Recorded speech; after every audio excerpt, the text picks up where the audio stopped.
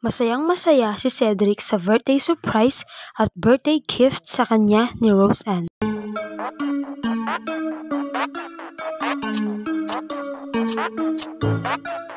Sukidesu.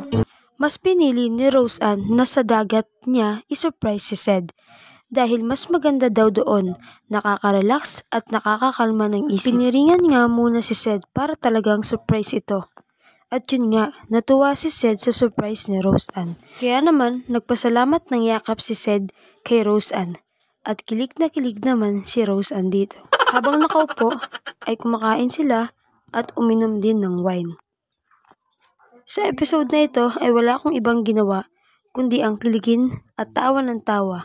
Ang cute kasi ni Roseanne pag nabibigla siya at kinikilig siya. At ito na nga.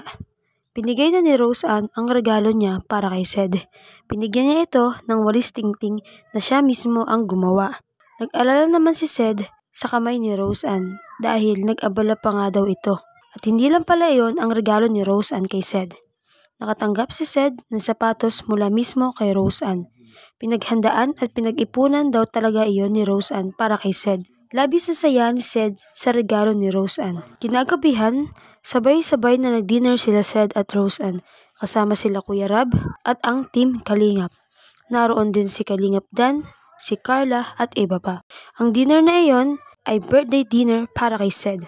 At hindi lang yon, si Ced ay nakatanggap ng 20k cash na regalo ng mga supporters nila Roseanne at Ced. Ang reaction ko sa episode na ito ay pag ang taong mahal mo talaga ang nagpasaya sa mismong kaarawan mo, ay ngiting mula Luzon hanggang Mindanao talaga.